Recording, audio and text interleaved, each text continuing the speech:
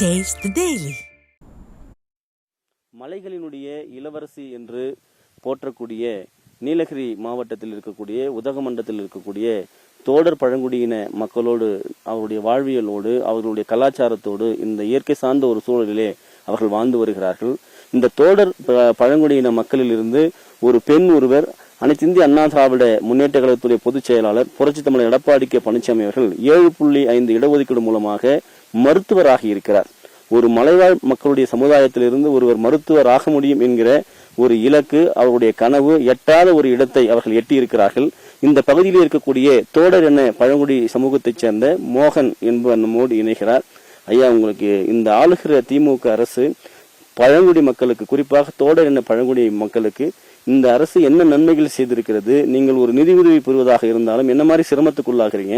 இப்போ ஒரு பெண் உங்க சமுதாயத்திலிருந்து மருத்துவராக இருக்காங்க, அது எந்த அளவுக்கு பெருமைப்படக்கூடிய விஷயமாக, மகிழ்ச்சி அளிக்கக்கூடிய விஷயமாக? ஒரு பொண்ணு டாக்டர் எங்க கேஸ்ட்ல ரொம்ப சந்தோஷமான விஷயம். அது ரொம்ப எல்லாத்துக்கும் ஒரு வழிகாட்டி. அதே மாதிரி வக்கீலா இருக்காங்க ஒரு பிள்ளை, அப்புறம் என்ஜினியர்ல இருக்காங்க. அந்த ஸ்டடிக்கு மட்டும் ரொம்ப முக்கியத்துவம் கொடுக்குறோம். இந்த கவர்மெண்ட் எங்களுக்கு இது வரைக்கும் ஹெல்ப் பண்ணணும்.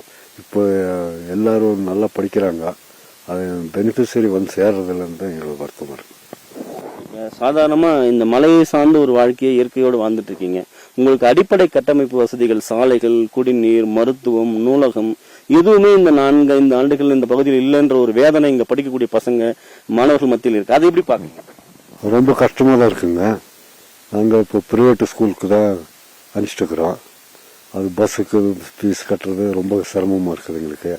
அதே கவர்மெண்ட்டு கொஞ்சம் நல்ல டெவலப்மெண்ட் பண்ணி எங்களுக்கு பசங்களுக்கு, படிக்கிற பசங்களுக்கு ஹெல்ப் பண்ணணுன்னு தாழ்மையோடு கேட்டுக்கொள்கிறேன்.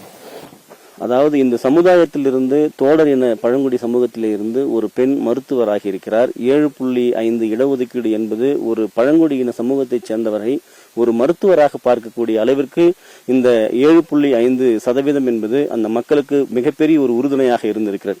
ஆளுகிற திமுக அரசு இந்த மக்களுக்கு 4.5 ஆண்டுகளுக்கு மேலாக அடிப்படை கட்டமைப்பு வசதிகளை கூட செய்து தர மறுப்பதாக இந்த தோடர் பழங்குடி சமூகத்தைச் சேர்ந்த மோகன் என்பவர் வேதனையோடு தனது அந்த கருத்தை பதிவு செய்கிறார். 5 ஆண்டுகளை இந்த அரசு முடிக்கப் போகிறது, கடக்கவிருக்கிறது. ஆனாலும் கூட எங்களுக்கு எந்த விதமான ஒரு நன்மையும் இல்லை என்கிற வேதனையை அந்த திமுக அரசு தங்களுக்கு முற்றிலுமாக அநீதி இழைத்திருப்பதை அவர் சுட்டிக்காட்டியிருப்பது குறிப்பிடத்தக்கது. நியூஸ் ஜே செய்திகளுக்காக ஒளிப்பதிவாளர் ஈஸ்வரமூர்த்தியுடன் கோ ஜெயக்குமார்.